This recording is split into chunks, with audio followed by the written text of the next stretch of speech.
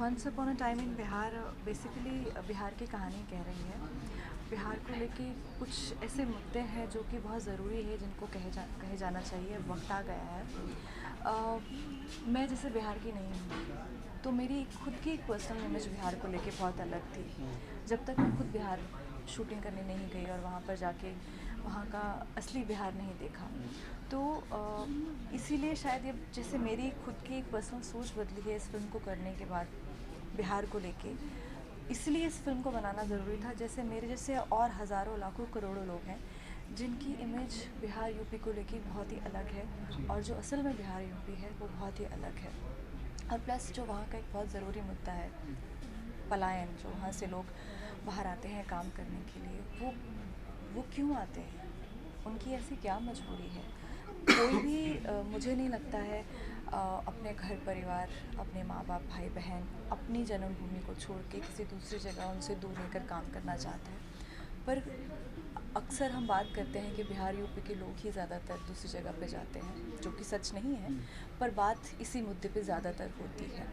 तो हमने इस फिल्म के ज़रिए ये बताने की कोशिश की है कि वो क्यों मजबूर हैं।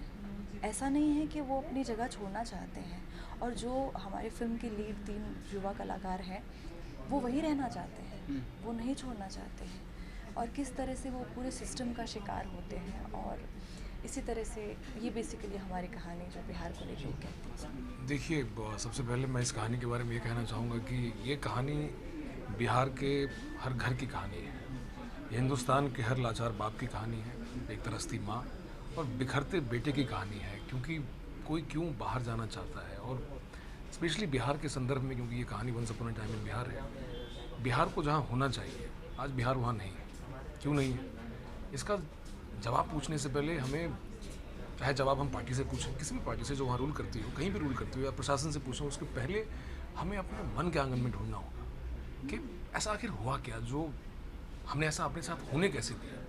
तो कहानी कहीं ना कहीं जो आप कह रहे हैं कि ये माइग्रेशन या फिर जो बिहारियों के साथ होता है या यूपी वालों के साथ हुआ, तो वो भी एक इशू है, वो भी टच करती है। पर मेनली मुद्दा ये है कि आखिर हमारी ऐसी छवि बनी कैसे, जबकि सबसे ज़्यादा आप कह लें तो आईएएस, आईपीएस, बड़े बड़े कंपनी के जितने सारे लोग हैं, जो ओनर्स हैं, एंटरप्रेन्योर हैं, वो सब बहुत सारे लोग बिहार से आते हैं। तो ऐसा क्या है कि बिहार के अंदर रहने वालों की छवि ऐसी है, और जो बिहार के बाहर चले जाते हैं वो वापस क्यों नहीं आ पाते। तो सब मुद्दों को हमने थोड़ा थोड़ा ज़रूर स्पर्श किया है। देखिए, पूरी फिल्म जो है वो बिहार में शूट हुई है, तो कहीं ना कहीं बिहार में रह के, अपनी जगह पे रह के करने का जो आनंद मिला है वो बहुत ही अद्भुत है, बहुत ही मज़ा आया। जी आरती, आप तो बिहार की नहीं रहने वाली हैं, तो आपके लिए सब कुछ नया था, नया होगा। बहुत बहुत नया था। सबसे पहले तो मुझे अपने घर वालों को मनाना पड़ा। मैं एक्ट्रेस हूँ, पूरी दुनिया घूमती हूँ अकेले, लेकिन कभी कुछ घर वालों की तरफ से प्रॉब्लम नहीं हुआ। लेकिन जब बिहार में शूटिंग करने की बात आई तो थोड़ा सा मेरी मम्मी जो थी वो इनसिक्योर थी, अगेन वो छवि को लेके, जो छवि वहाँ पर थी। लेकिन जब मैंने वहाँ पे जाके शूट किया, वहाँ पे रही मैं इतने दिन, वहाँ के लोगों से मिली, तो मुझे कुछ ज़्यादा फ़र्क नहीं लगा पंजाब और बिहार में। तो मेरा एक्सपीरियंस तो बहुत अच्छा रहा, और प्लस कहीं ना कहीं ये मेरी एक पर्सनल जर्नी भी थी। एज एन एक्टर तो जब आप एक अच्छे किसी फ़िल्म के साथ जुड़ते हो तो आपकी ग्रोथ होती है, लेकिन इस फिल्म ने मुझे एज अ पर्सनल इंडिविजुअल भी मुझे बहुत ग्रो करने में हेल्प की है। क्योंकि जो जो जो सेट के अलावा जो मेरे एक्सपीरियंस होते थे वो भी मेरे लिए बहुत नए थे बिहार में शूटिंग करने की वजह से। I want to thank my producer director कि उन्होंने बिहार की शूटिंग बिहार में ही की। अक्सर आप देखते हैं कि फिल्म बिहार बेस होती है पर शूटिंग बिहार में जाके लोग नहीं करते हैं। तो क्योंकि फिल्म हमने शूट बिहार में की, तो मेरी पर्सनल जो सोच थी उसमें भी मुझे बहुत सारे बदलाव आए। वंस अपॉन अ टाइम एक ऐसा टाइटल है जिसके ऊपर, अब बिहार में फिलहाल चुनाव भी है, और जी, फिल्म का टाइटल जहाँ वोटिंग लगेगी once upon a time Bihar के लोगों की नज़र में ये तो आएगा ना कि आखिर क्या है बिहार के बारे में, क्या बताएं। हाँ, क्योंकि कहानी बिहार की है, और जो कहीं ना कहीं हमने बिहार को, जैसा बिहार हमने कहानी 2001 से लेके और 2009 तक की कहानी हमने बताई है, तो बिहार उस वक्त जैसा था हमने वैसा ही बिहार दिखाया है। तो और कहानी बिहार की है, तो obviously once upon a time in Bihar होगी। और कहीं ना कहीं ये मेरे ख्याल से हर फिल्म की एक डेस्टिनी होती है, और इस फिल्म को शायद चुनाव के दौरान रिलीज़ होना था, तो शायद इसीलिए हो रही है। तो और वंस अपॉन अ टाइम एक ऐसा टाइटल है जिसके ऊपर तकरीबन 2057 फिल्म बन चुकी हैं अभी तक। तो उसी सिलसिले में हमारा भी एक हाँ, वंस अपॉन अ अक्सर टाइम ये इन बात बिहार नहीं पता है ये लोगों बात को। पता नहीं है वो लोगों को। कनेक्ट करते हैं once upon a time in Mumbai के साथ कि शायद उसके बाद हम ये दूसरी फिल्म बना रहे हैं, लेकिन वंस अपॉन अ टाइम के ऊपर मोर देन 250 फीचर्स 257 फिल्में ऑलमोस्ट बन चुकी बन हैं, चुकी IMDb ऐसा कहता है। आशीष सर के बारे में क्या कहें, वो मेरे कॉलेज के हिंदू कॉलेज के सीनियर भी हैं। तो और जब पहली बार मालूम चला था कि आशीष विद्यार्थी इस रोल को कर रहे हैं तो हाँ, थोड़ा सा खुशी भी हुई थी, लेकिन मन में कहीं डर था कि आशीष विद्यार्थी ऐसे जो सब मेरे ख्याल से बहुत ही टैलेंटेड अभिनेता हैं और इतने सीनियर हैं, उनके साथ काम मैं कर पाऊँगा या क्या हो पाएगा। तो शुरू में जब मालूम चला तो नर्वस थे, लेकिन जब जो शूटिंग शुरू हुई तो ऐसा लगा ही नहीं कि वो आशीष विद्यार्थी हैं, ऐसा लगा कि वो हमारे समकक्ष हैं। He was part of all of us in the group. ये फिल्म एक जो एक सिनारियो घट रहा है देश के विभिन्न भागों में, उसको एक बहुत बढ़िया तरीके से नितिन चंद्रा ने लिखा है और फिल्म को बनाया है। कई चीज़ें होती हैं जो घटती हैं हमारे सामने, कई चीज़ें होती हैं जो छुपी रहती हैं।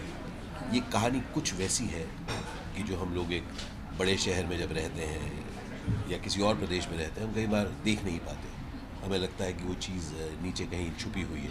ये कहानी है उस एक तबके की जो कभी भी फट सकता है, लेकिन इस दौरान शांत है। तो एक तरह से मुझे ऐसा लगता है, जैसे मैं कईयों को बोल चुका हूँ कि इस कहानी को अगर जो लोग राजनीति कर रहे हैं अगर वो देख पाएँ तो शायद सचेत हो जाए और शायद उन सब चीज़ों पर ध्यान दें जो सचमुच बहुत ज़रूरी है इस देश में। ये स्टोरी जो है बिहार में, अभी बिहार ही नहीं हर जगह है, लेकिन चूँकि फिल्म बिहार बेस्ड है, बिहार में जो बेरोजगारी है कि मतलब युवाओं को कोई दिशा नहीं है, पढ़ाई लिखाई करने के बाद भी कहीं रोजगार नहीं है, और कैसे घर का सिचुएशन है, किस हालात में लोग रह रहे हैं, तो उस पूरे मंथन की कहानी है ये कि कैसे पढ़े लिखे लोग प्लान करते हैं और किडनैप करते हैं। ये पूरा कॉन्सेप्ट है पूरी फिल्म का, जो पूरी बिहार को पूरी तरह से दिखाता है कि जो बिहार की अभी जो स्थिति है, जो नितिन ने अपनी आंखों से देखा है उसको, और बहुत ही रियल फिल्म है। रियल इन द सेंस कि सिनेमा नहीं है, मतलब सिनेमा इन द सेंस कि इंटरटेनमेंट नहीं है, एक इसी कहानी है जो हमारे आपके बीच में घट रही है,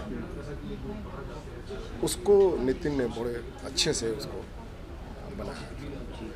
मेरा जो कैरेक्टर है, मैं एक दीपक का बड़ा भाई हूँ, विष्णु नाम है मेरा, और मेरी भी वही मेरी बच्चियाँ हैं, वाइफ है, और फाइनेंशियल प्रॉब्लम है घर में, तंगहाली जो प्राय है मिडिल क्लास का, तो वो कैरेक्टर है मेरा उसमें विष्णु का, जो बाद में मैं मतलब इसको मैं घर से बोलता हूँ तुम निकल जाओ, कि पैसा नहीं कमाओगे तो घर में नहीं रह सकते।